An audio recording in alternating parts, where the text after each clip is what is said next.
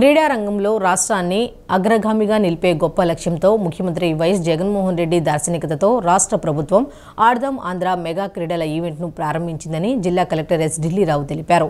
రాష్ట్ర ప్రభుత్వం ఆడదాం ఆంధ్ర నగదు ఇతర బహుమతుల కోసం 12 కోట్లు ఖర్చు చేస్తోందని కలెక్టర్ ఢిల్లీరావు తెలిపారు. క్రీడలు అనేవి శారీరక, మానసిక ఆరోగ్యాన్ని పెంపొందిస్తాయని, క్రీడలను దైనందిన జీవితంలో భాగంగా చేసుకోవాలని సూచించారు. కృష్ణలంక అమరజీవి పొట్టేశ్వరరావులో మున్సిపల్ కార్పొరేషన్ హైస్కూల్ మైదానంలో కలెక్టర్ ఎస్ ఢిల్లీరావు, విజయవాడ తూర్పు నియోజకవర్గ ఇన్ఛార్జి దేవినేని అవినాష్, కాపు కార్పొరేషన్ చైర్మన్ అడప శేషగిరి, విజయవాడ నగరపాలక సంస్థ డిప్యూటీ మేయర్ బెల్లందుర్గ, కార్పొరేటర్ పి కుమారి అధికారులతో కలిసి ఆడుదాం ఆంధ్ర కార్యక్రమం 2వ రోజు క్రీడల పోటీలను ప్రారంభించారు. క్రికెట్, బ్యాడ్మింటన్ ఆడి క్రీడాకారులను ఉత్సాహపరిచారు. ఈ సందర్భంగా కలెక్టర్ ఢిల్లీరావు మాట్లాడుతూ గ్రామ, వార్డు సచివాలయాల స్థాయిలో క్రీడా ప్రతిభావంతులను గుర్తించి వారిని జాతీయ, అంతర్జాతీయ క్రీడాకారులుగా తీర్చిదిద్దాలనే లక్ష్యంతో ప్రభుత్వం ఆడుదాం ఆంధ్ర క్రీడా పోటీలను నిర్వహిస్తున్నట్లు వివరించారు. ప్రభుత్వం ప్రవేశపెట్టిన ఈ కార్యక్రమాన్ని యువత సద్వినియోగం చేసుకోవాలని సూచించారు. క్రీడల్లో మహిళలు కూడా పెద్ద ఎత్తున పాల్గొంటున్నారని తెలిపారు. జిల్లాలో దాదాపు 1,20,000 మంది క్రీడల్లో భాగస్వాములవుతున్నారని, నియోజకవర్గ స్థాయి నుంచి విజేతలకు పథకాలు, సర్టిఫికెట్లు, నగదు బహుమతులు అందించడం జరుగుతుందన్నారు. గౌరవ సీఎం గారు ఇంత చక్కటి అవకాశాన్ని అనేటువంటి కల్పించినందుకు నిజంగా ప్రజలందరూ కూడా చాలా ఆనందించాలి.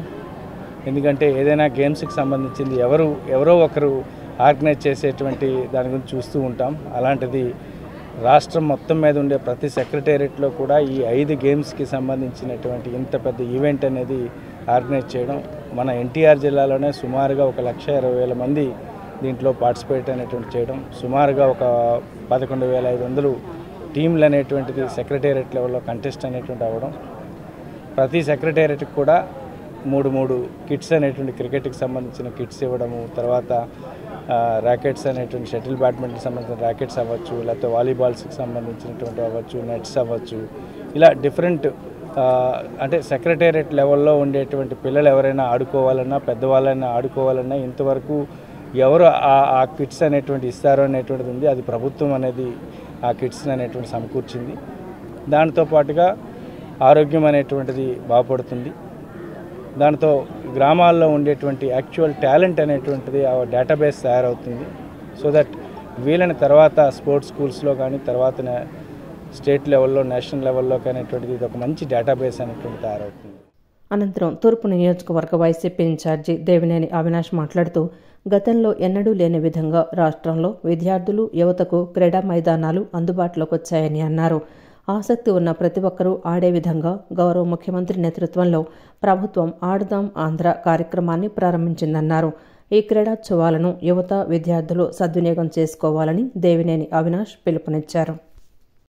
చాలా సంతోషం. ఎందుకంటే ఈరోజు సామాన్య ప్రజానికం ఎవరైతే స్పోర్ట్స్ పట్ల, ఆటల పట్ల ఆసక్తి కనబరుస్తారో వాళ్ళందరిలో కూడా అదంతా గారు బయటికి తీసే విధంగా, వాళ్ళ ప్రతిభ బయటికి తీసే విధంగా ఈరోజు ముఖ్యమంత్రి జగన్మోహన్ రెడ్డి గారు ఒక నాయకత్వంలో సచివాలయం లెవెల్ నుంచి గారు ఆటలను ప్రోత్సహించే విధంగా మంచి కార్యక్రమం చేపట్టారు.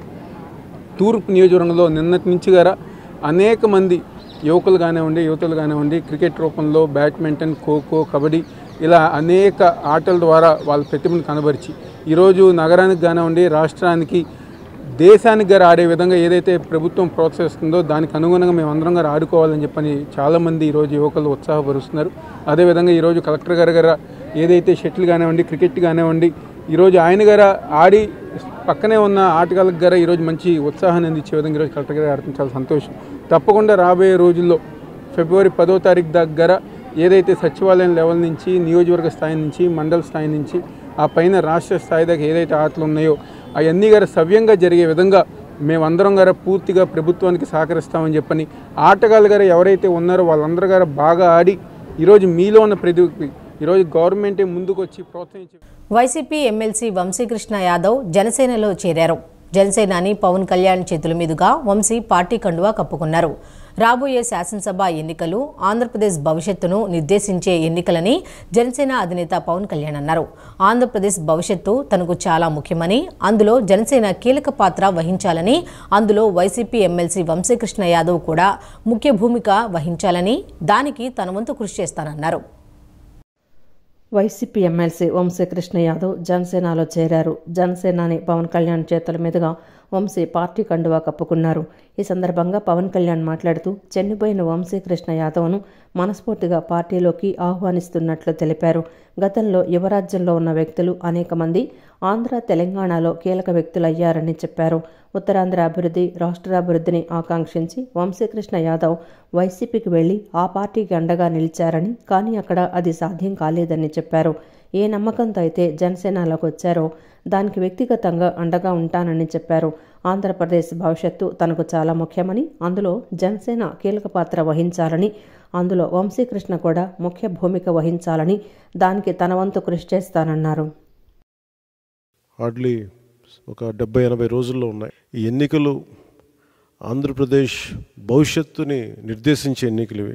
ఏ అభివృద్ధి కోసం అయితే మీరు అందరూ అహిర్నిశలు వైసీపీకి దాదాపు 2014 నుంచి ఆవిర్భావం నుంచి ఆయన పనిచేసిన వ్యక్తి.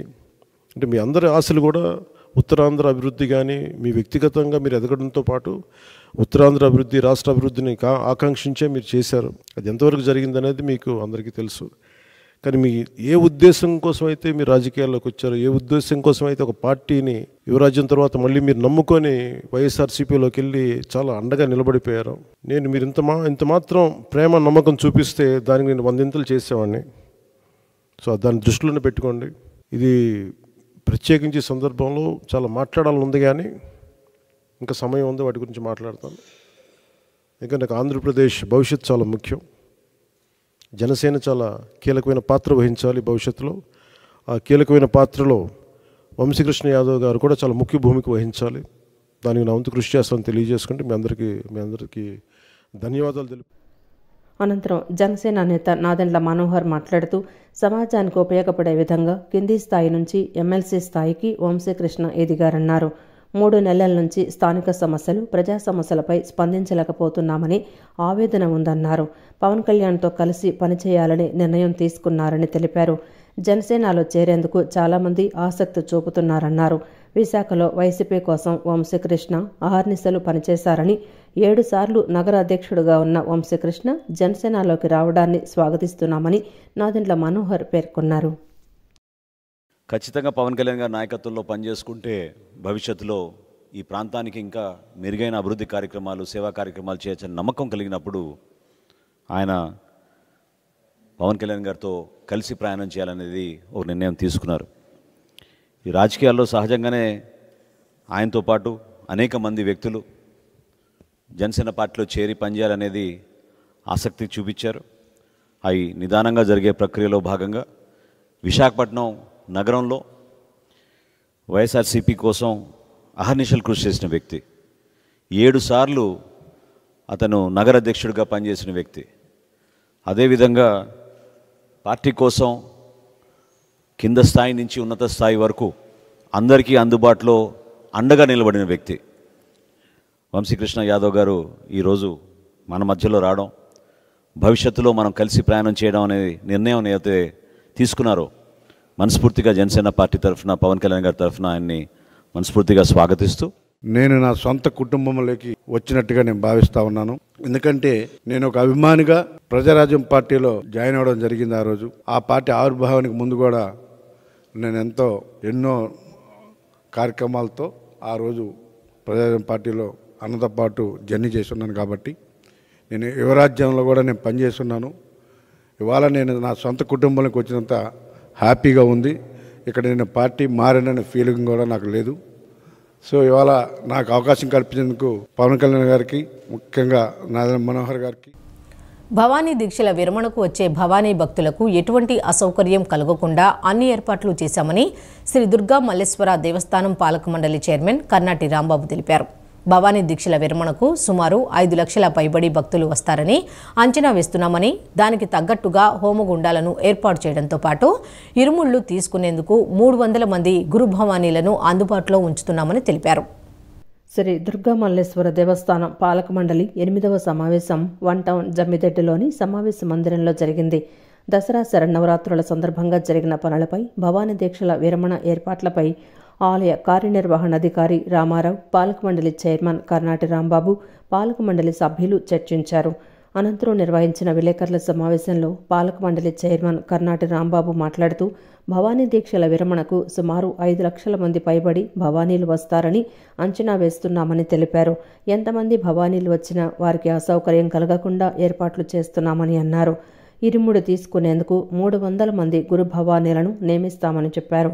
భవానీల రద్దీ దృష్ట్యా 4 హోమగుండాలను ఏర్పాటు చేస్తున్నామని, 20 లక్షల లడ్డూలను తయారు చేస్తున్నామని అన్నారు. కేసు ఖండనశాలలో ఇబ్బంది పడకుండా చర్యలు తీసుకుంటున్నామని తెలిపారు. స్నానాలు చేసేందుకు 800 షవర్లు ఏర్పాటు చేస్తున్నామని, భవానీలకు ఉచితంగా 20 గ్రాముల లడ్డు ఇవ్వాలని నిర్ణయించడం జరిగిందన్నారు. మేము భక్తులు ఎంతమంది వచ్చినా కానీ 6 లక్షల మంది వచ్చినా 7 లక్షల మంది వచ్చినా ఎంతమంది వచ్చినా కానీ వారికి ఎక్కడా కూడా ఎటువంటి ఇబ్బంది లేకుండా ఏర్పాట్లన్నీ కూడా చేపట్టడం జరుగుతుంది. అదేవిధంగా వారికి కావలసినటువంటి ముఖ్యంగా ఇరుముడి తీసుకోవడానికి వారికి కావలసినటువంటి గురుభవానీలందరినీ కూడా ఒక 300 దాకా కూడా మేము ఏర్పాటు చేసి వారందరూ ఇరుముడి తీసే విధంగా కూడా మేము ఏర్పాటు చేయడం జరుగుతుంది. అదేవిధంగా హోమగుండాలు లాస్ట్ టైము 3 హోమగుండాలని ఏర్పాటు చేయడం జరిగింది. అయితే ఇప్పుడు ఎమర్జెన్సీ హోమగుండం ఒకవేళ భక్తులు ఏమన్నా ఎక్కువగా అధిక సంఖ్యలో వస్తే తొక్కిసలాట కానీ ఇంకా ఇతరత్ర ఏమీ అవ్వకుండా ఉండాలి అని చెప్పి ఇంకొక హోమగుండం 4వ హోమగుండం కూడా ఏర్పాటు చేయడం జరుగుతుంది. అదేవిధంగా లాస్ట్ టైము 15,60,000 లడ్డూలు కూడా అమ్మడం సేల్ చేయడం జరిగింది. ఈసారి 20 లక్షల లడ్డూల దాకా మేము ప్రిపేరింగ్ చేయడం జరుగుతుంది. లాస్ట్ టైము 17 లక్షలు ప్రిపేరింగ్ చేయడం జరిగింది. అయితే ఈసారి మేము 20 లక్షలు ప్రిపేర్ చేసి లడ్డూలు భక్తులు ఎక్కడ కూడా ఇబ్బంది కూడా పడకుండా కౌంటర్స్ అన్నీ కూడా తగిన ఏర్పాటు చేసి వారందరినీ కూడా ముందు పైనే మేము టికెట్ టోకెన్ పెట్టేసేసి వారు ఎక్కడైనా కానీ ఏ టోకెన్ ఎక్కడైనా ఏ కౌంటర్లో అయినా కానీ తీసుకునే విధంగా కూడా చేపట్టడం జరుగుద్ది. సమస్యలను పరిష్కరించాలని విజయవాడ ధర్నా చౌక్లో ఆందోళన చేస్తున్న అంగన్వాడీలను పోలీసులు అరెస్టు చేయడంతో ఉద్రిక్తత నెలకొంది. అంగన్వాడీలను పోలీసులు బలవంతంగా వాహనాల్లోకి ఎక్కించారు. దీంతో కార్యకర్తలకు పోలీసులకు మధ్య వాగ్వాదం జరిగింది. శాంతియుతంగా ఆందోళన చేస్తుంటే ప్రభుత్వం తమను అణచివేస్తుందని వారంతా ఆవేదన వ్యక్తం చేశారు. తమ సమస్యలను పరిష్కరించాలంటూ గాంధీనగర్ ధర్నా చౌక్లో గత కొన్ని రోజులుగా ధర్నా చేస్తున్న అంగన్వాడీలను పోలీసులు అరెస్టు చేశారు. దీంతో అక్కడ ఉద్రిక్త వాతావరణం నెలకొంది. అంగన్వాడీలను పోలీసులు బలవంతంగా వాహనాల్లోకి ఎక్కించారు. దీంతో కార్యకర్తలకు పోలీసులకు మధ్య వాగ్వాదం జరిగింది. ఈ తోపులాటలో కొంతమంది అంగన్వాడీలకు గాయాలయ్యాయి. ధర్నా కోసం అంగన్వాడీలు ఏర్పాటు చేసిన టెంట్లను పోలీసులు తొలగించారు. శాంతియుతంగా ఆందోళన చేస్తుంటే ప్రభుత్వం తమను అణచివేస్తోందని అంగన్వాడీలు ఆవేదన వ్యక్తం చేశారు. ఎమ్మెల్యేలకు వినతిపత్రం ఇచ్చే స్వేచ్ఛ కూడా లేదా అని ప్రశ్నించారు. 16 రోజుల నుంచి సమ్మె చేస్తుంటే తమను పిలిచి కనీస వేతనం ఇంత ఇస్తామని కూడా చెప్పటం లేదని, ఈరోజు బలవంతం అరెస్టులు చేసి తమ రక్తం కళ్ళ చూశారని, తమ సమస్యను పరిష్కరించకపోతే దేనికైనా సిద్ధపడతామని ఆగ్రహం వ్యక్తం చేశారు. జగన్మోహన్ రెడ్డి మొండిరెడ్డిగా పేరు తెచ్చుకున్నారని, ఆయన మొండితనాన్ని ఎలా దించాలో తెలుసని మండిపడ్డారు. 16 రోజులుగా సమ్మె చేస్తున్నా పట్టించుకోని సీఎం జగన్ను గద్దె దింపుతామని హెచ్చరించారు.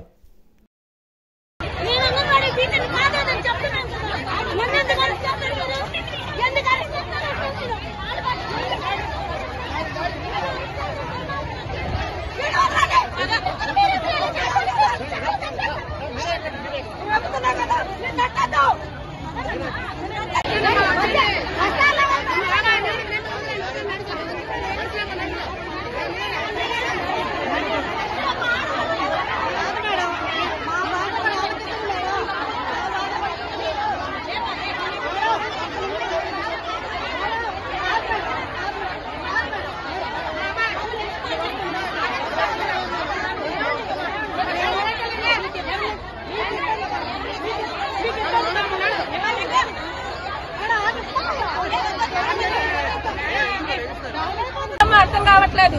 ఒకరు పోయిన నెల జీతం వస్తే ఒక రెంట్ కట్టి ఖాళీ చేస్తే స్కూల్లో రెంట్ కట్టి మా జీతాలు మా పిల్లలకు అక్కడ పోతుంది.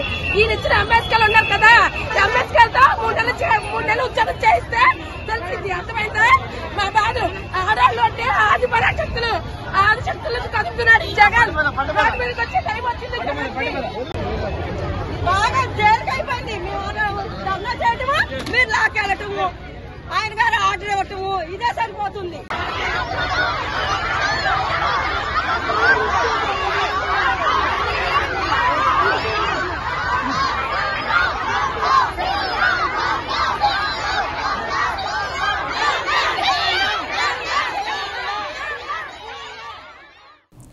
ఉత్తరాంధ్ర అభివృద్ధి, మత్స్యకార సంక్షేమంపై మంత్రి అప్పలరాజు చేసిన సవాల్ను స్వీకరించి బహిరంగ చర్చకు వస్తే మంత్రి చర్చకు రాకుండా తోక ముడిచారని మాజీ మంత్రి కొల్లు రవీంద్ర విమర్శించారు.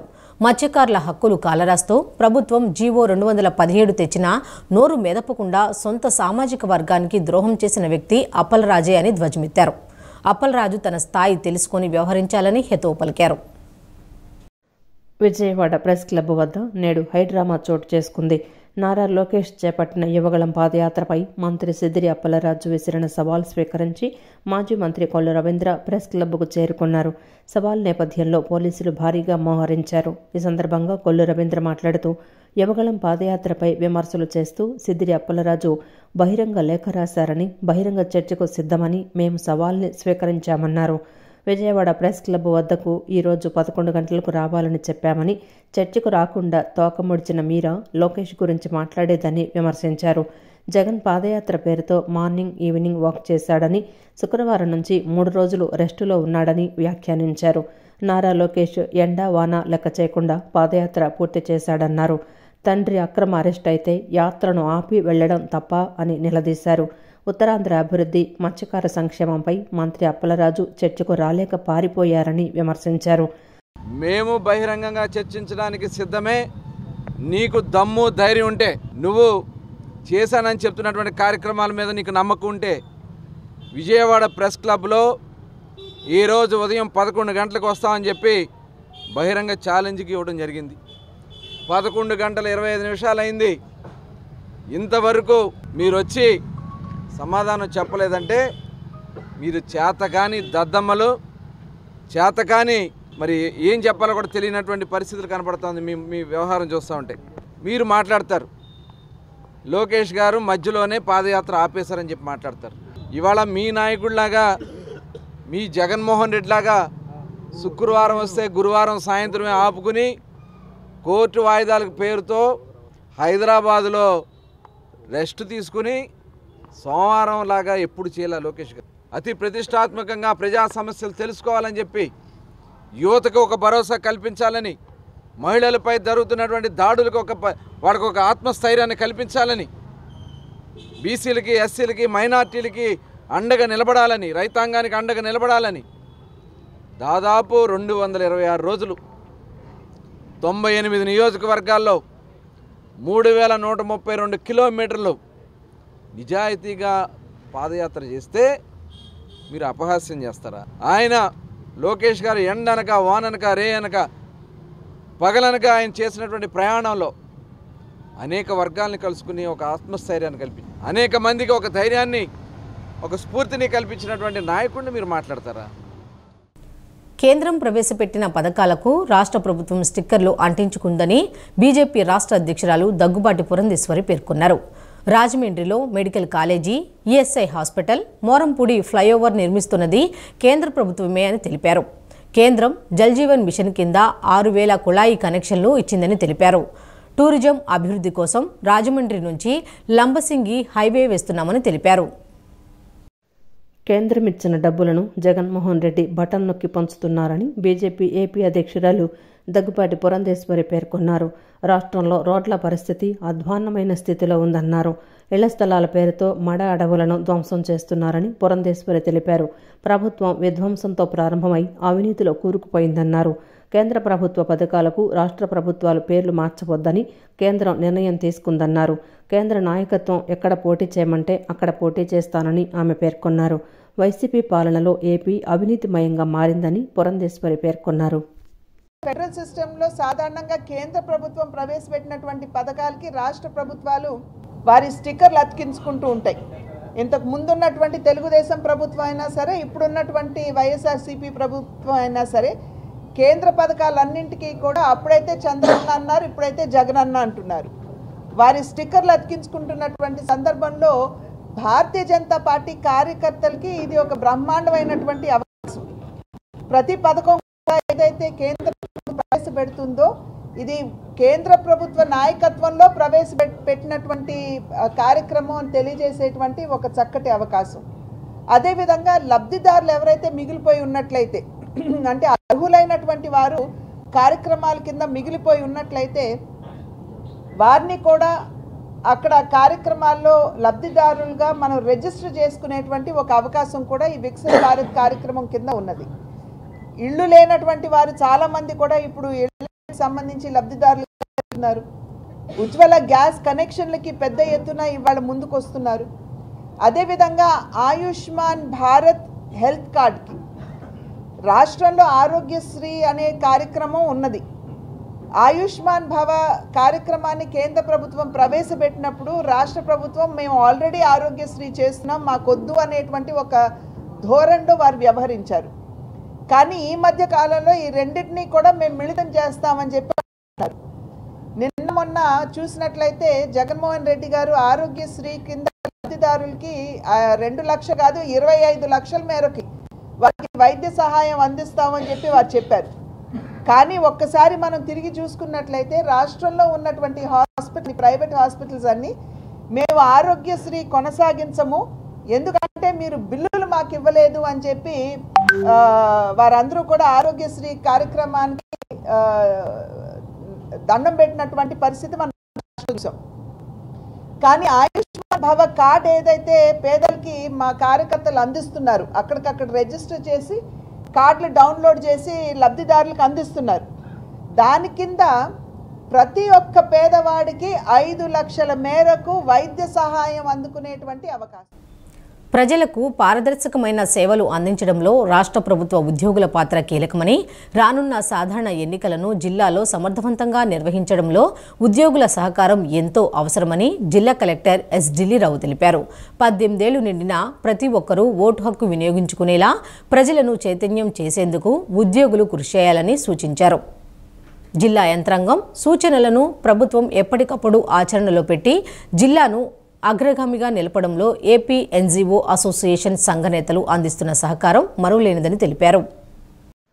ఏపీ ఎన్జీఓ అసోసియేషన్ పశ్చిమ కృష్ణా శాఖ రూపొందించిన 2024 నూతన సంవత్సర క్యాలెండర్ను జిల్లా కలెక్టర్ ఢిల్లీరావు నగరంలోని కలెక్టర్ క్యాంపు కార్యాలయంలో ఉద్యోగ సంఘ నేతలతో కలిసి ఆవిష్కరించారు. అనంతరం మీడియా ప్రతినిధులతో జిల్లా కలెక్టర్ మాట్లాడుతూ జిల్లాలో పునర్విభజన అనంతరం ఏర్పడిన ఎన్టీఆర్ జిల్లాను అధికారులు ఉద్యోగుల సమన్వయంతో అన్ని రంగాల్లో ముందంజలో నిలపడం అభినందనీయమన్నారు. ఇదే స్ఫూర్తితో త్వరలో సాధారణ ఎన్నికలు జరగనున్న నేపథ్యంలో జిల్లాలో ఎన్నికల ప్రక్రియను సమర్థవంతంగా నిర్వహించేందుకు అధికారులు ఉద్యోగులు సమన్వయంతో పనిచేయాలన్నారు. ప్రతి ఒక్కరూ తమ ఓటు హక్కును వినియోగించుకోవాలని, కనీసం 85% పోలింగ్ నమోదయ్యేలా ఉద్యోగులు ప్రజలను చైతన్యం చేయాలన్నారు. నాకు తెలిసినంత వరకు మన జిల్లాలో మరి సాగర్ గారు ఈ పర్టికులర్ వ్యక్తికి ఇలా ఎందుకు చేశారు, అలా కొంచెం అన్యాయంగా జరిగిపోయింది అనేట్టుగా ఇంతవరకు ఆ స్కోప్ అనేటువంటిది అయితే జిల్లాలో ఇవ్వలేదు. సో అది విధంగా కూడా నేను స్కోప్ అనేటువంటి ఇవ్వడానికి కూడా నాకు కూడా ఇష్టం లేదు.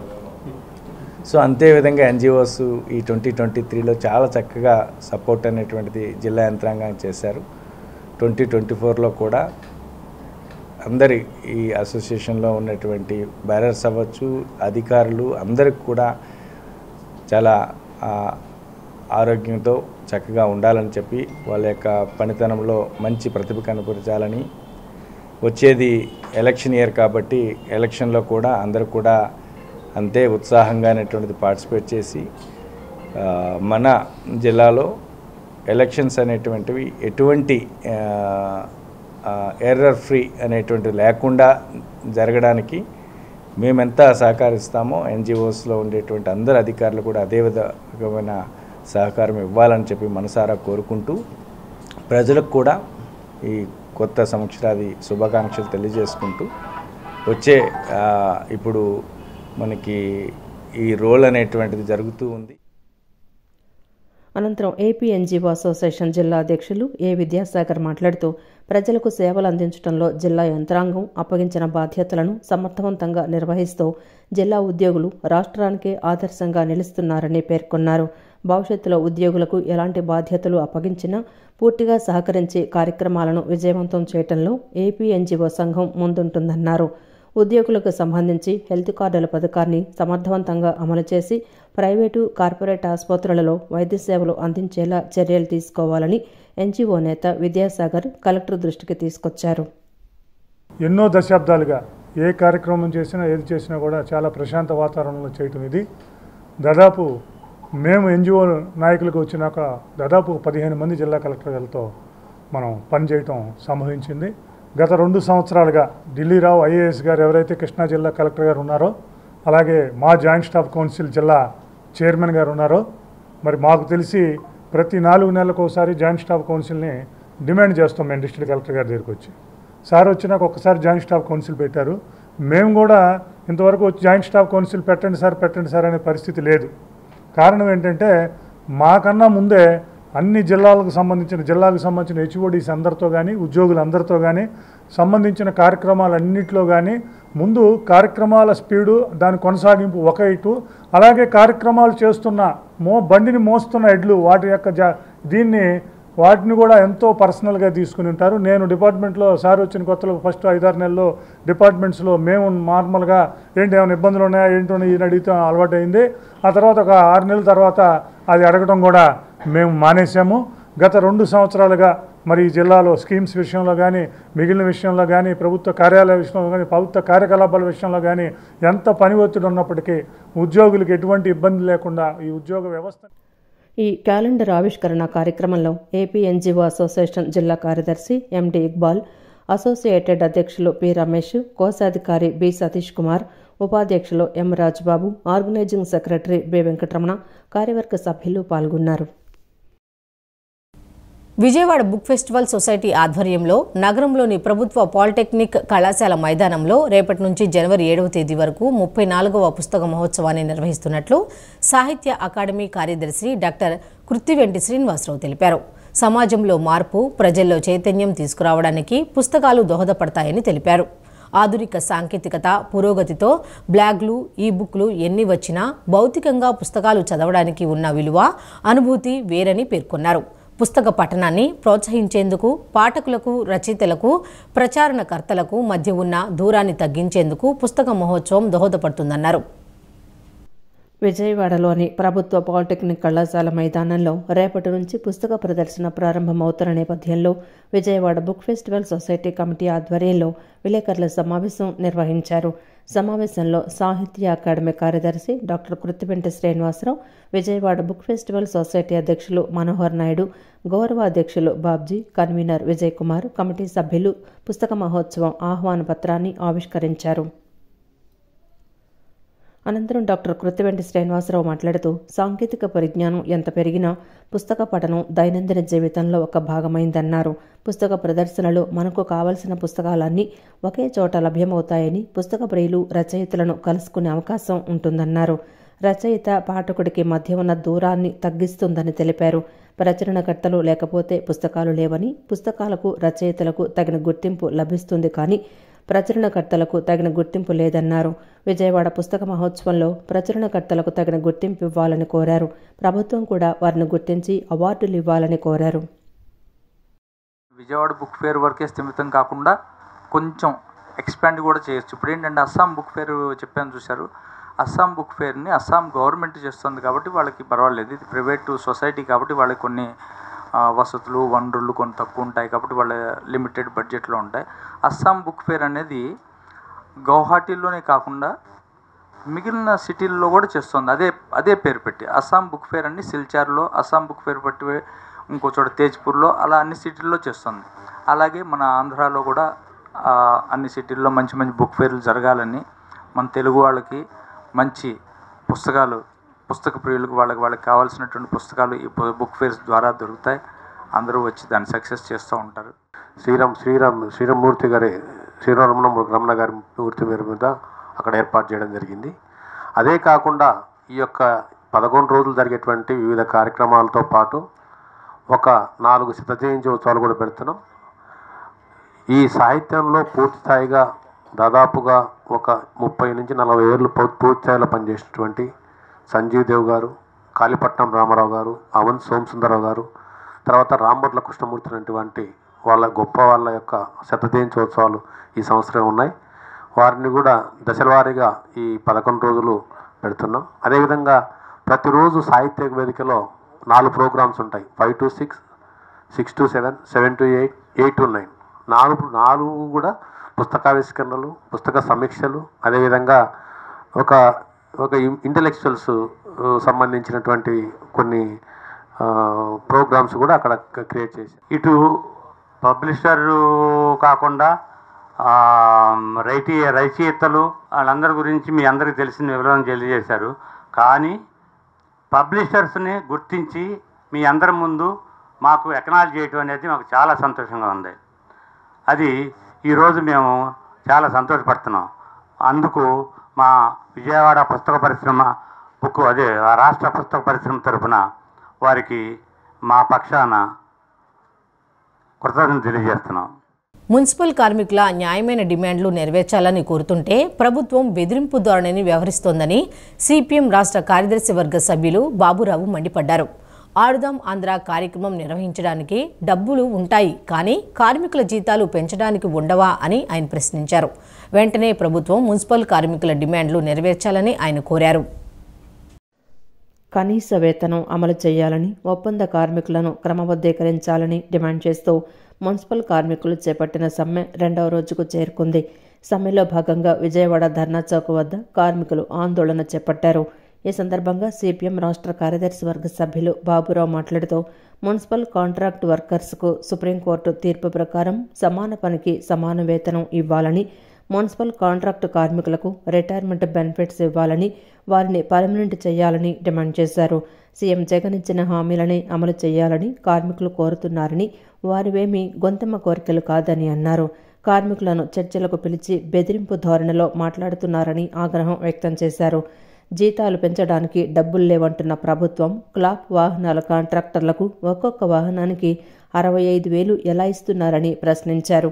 వెంటనే ప్రభుత్వం మున్సిపల్ కార్మికుల డిమాండ్లు నెరవేర్చాలన్నారు. సుమారుగా 56 నెలల నుండి వేచి ఉండి ఇక గత్యంతరం లేక ఆందోళన చేస్తున్నారు. ముఖ్యమంత్రి గారికి మున్సిపల్ కార్మికులతో చర్చించడానికి కూడా తీరిక లేదు. ఆటలు ఆడడానికి ఆయనకి తీరికుంది, కానీ కార్మికుల జీవితాలతో ఆడుకునేటువంటి పరిస్థితి ఈ ప్రభుత్వం తీసుకొస్తూ ఉంది. పైపెచ్చు అంగన్వాడీ వాళ్ళు సమ్మె చేస్తూ ఉంటే మీరు సమ్మె విరమించండి, సంక్రాంతి తర్వాత మాట్లాడదాం, ఇదేనా ప్రభుత్వం చేయాల్సిన పని? అంటే సమ్మె చేస్తూ ఉంటే అటు మున్సిపాలిటీ వాళ్ళు, అటు అంగన్వాడీ వాళ్ళు, ఇంకా మిగతా కార్మికులు ముఖ్యమంత్రికి తీరిక లేదా? మీ ఎమ్మెల్యేలతో మాట్లాడుకోవటానికి, మీ పార్టీ వాళ్ళతో మాట్లాడుకోవటం కోసమేనా? కార్మికులతో ఎందుకు మాట్లాడరు? పేదల ప్రభుత్వం అన్నావు, ఇవాళ మున్సిపల్ కార్మికులు అందరూ కోటీశ్వర్లా? పేదవాళ్ళు కాదా? రెక్కాడితే కానీ డొక్కాడని వాళ్ళు 12,000, 15,000 జీతాలు మించి ఎవరికీ లేవు. నువ్వేనో ధరలు పెంచేస్తా ఉన్నావు, రేట్లు పెంచేస్తా ఉన్నావు, కానీ వాళ్ళు ఎలా బతుకుతారు? సుప్రీంకోర్టు చెప్పినటువంటి సమాన పనికి సమాన వేతనం లేదు. మరి గవర్నమెంటు మాటలు చెప్తా ఉన్నారు, మేము ప్రత్యామ్నాయం చేస్తాం, మీరు సమ్మె చేస్తే అంటే చర్చలు జరపాల్సిన ప్రభుత్వం బెదిరిస్తూ ఉంది.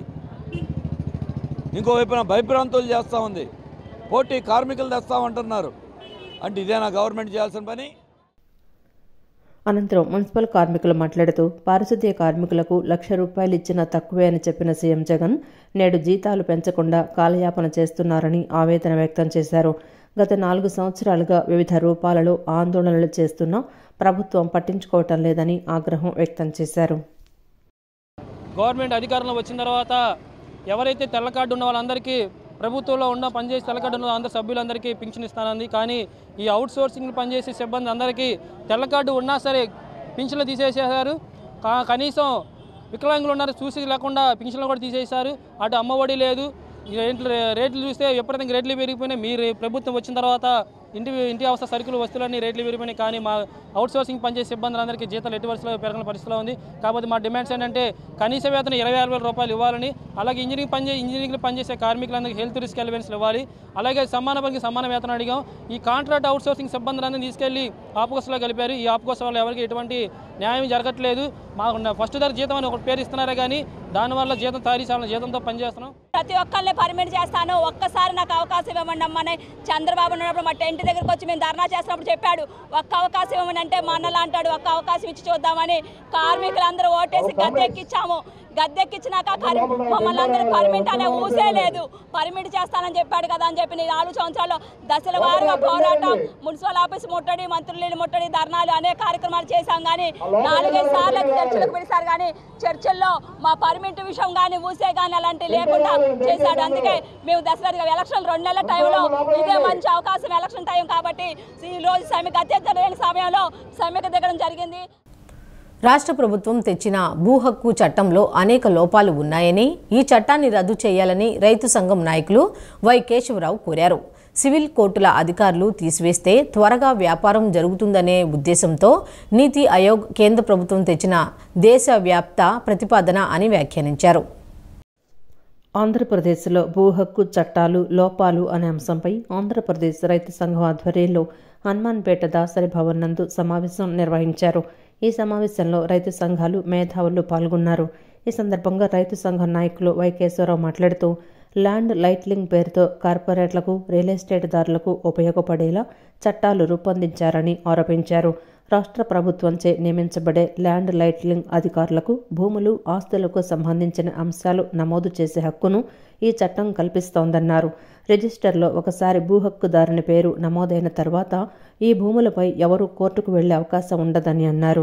రైతులకు పట్టాదారు పుస్తకాలు ఇవ్వాలని 1978లో రైతు సంఘాలు ఆందోళన చేయటం వల్ల పట్టాదారు పాస్ పుస్తకాలు వచ్చాయని పేర్కొన్నారు.